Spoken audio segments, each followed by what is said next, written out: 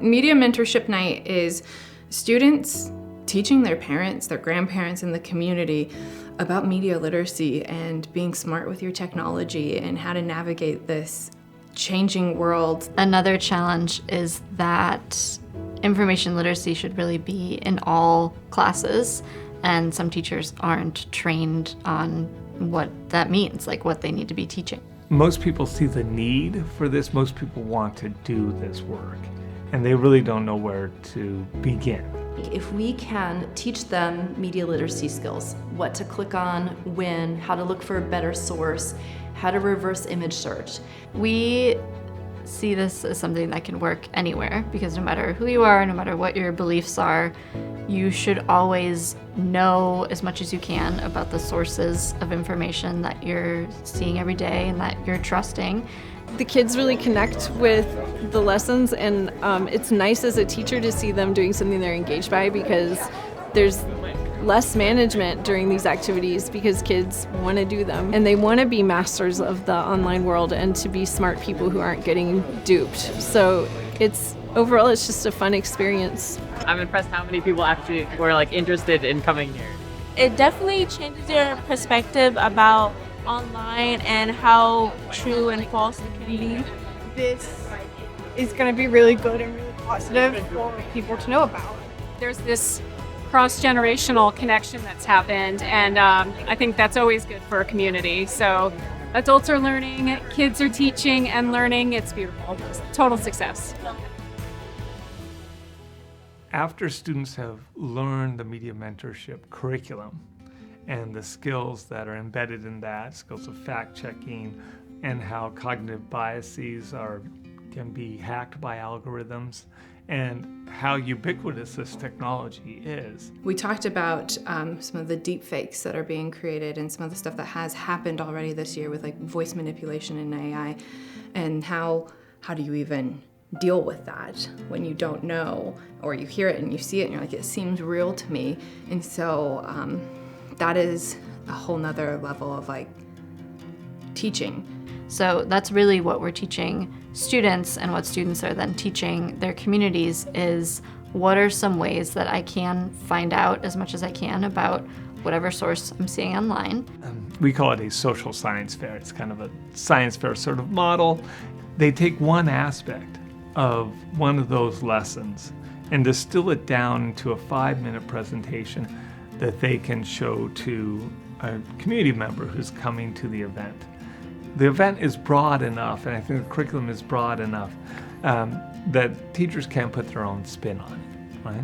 I think that reciprocal learning and interaction is what is most magical, and we saw that especially at the event where students taught senior citizens. They all came together at a community center, and then in the morning the students had their presentations about social media, and then in the afternoon the senior citizens got to teach something that they thought was important. So we had people teaching how to sew a button onto something. We had people teaching how to tie different knots and ropes. I think we are living in silos generationally, so the senior citizens think that kids are nose deep in their phone because honestly that's what they see, but the senior citizens don't realize the students are doing homework on their phone. They are responding to teachers. They are setting up study dates. They are dealing with sports online forums. Everything in their world is on the phone, so of course it looks like they're nose deep in their phone all the time. But what the seniors don't see is what the students are doing online. And there is a lot of TikToking and Snapchatting going on as well. And what the students don't see is all the rich history, information, skill, hands-on information that the seniors have to transmit to the students, because they are nose deep in their phone. And so learning how to tie a tie is something that they would traditionally learn by watching a YouTube video, as opposed to interacting with an adult who can help them one-on-one and joke with them and maybe teach them a little bit of history at the same time. I would say to anyone who is daunted and thinks it would be a lot of work, yes, having an event is a lot of work, but you can start smaller. So you can say maybe the first year you just have your 12th graders present to your 9th graders or something like that. Or you have your 9th graders walk over to the middle school and present to them. So you can start, in your own building, and then you could build to an event where you invite in the community. There are so many demands put on teachers, right, to add another thing, right? I initially did it as the capstone project for my AP students. In Seattle, we go to school all the way until the end of second, third week of June most years. If you have something that's public, where your parents are coming, where your friends are coming, where other community members are coming, it kind of ups the stakes of it a little bit. And what I've noticed from doing this event and other events that are like it is that kids really rise to the occasion. We had a teacher who didn't want to have an event because it just wouldn't work for her for various reasons, but she had her students make these really beautiful displays. And so I wanted to focus on a way to bring the community into our project without having it be an evening thing. And so I started thinking about how the kids could create displays to put around the community that would educate on, misinformation, how media literacy, just whatever topics the students felt inclined to focus on. And then they toured the Wellness Center to see what their aesthetic was, and we talked a little bit about what they could do to make it fit here. And then they picked their topics, and so we had a list of options for them to go through, and they had to incorporate, for the Wellness Center, they had to incorporate a mental health aspect. And when they got to see their final products yesterday, they were pretty excited about that. I don't think seeing it on a screen and then putting it together, I think really brought it to a real level for them, and they were pretty proud of what they created because they look cool. They're cool projects and they're fun.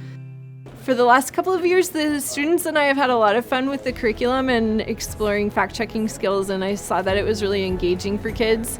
And it was a really great chance to share something with their parents and the broader community, and to really see students perform the role of experts, of being able to show something that they learned. All the possible topics, we decided to pick reverse image searching, open the sidebar and check which sites it's also appeared on. My students are deeply engaged in the digital world, and it's really the river they're swimming in these days. It's their social world. I don't think there's any kind of literacy that's more important for them than digital literacy. If you want to do a media mentorship event, I'd say your first step is finding your partners in your school. So if you are a librarian, which teacher are you going to work with? If you're a teacher and you have a school librarian, definitely recommend reaching out to them. They're an amazing partner. Getting your administration on board, of course. And then once you have your team, your media mentorship team, then deciding how are you going to prepare students. We have all the information available on mediamentorship.org. We have lessons there, we have things that will help you publicize, we have examples of how other teachers have done this. Pretty much everything you need to run the event is right there. And you can always reach out to us too if you need more support and want to brainstorm.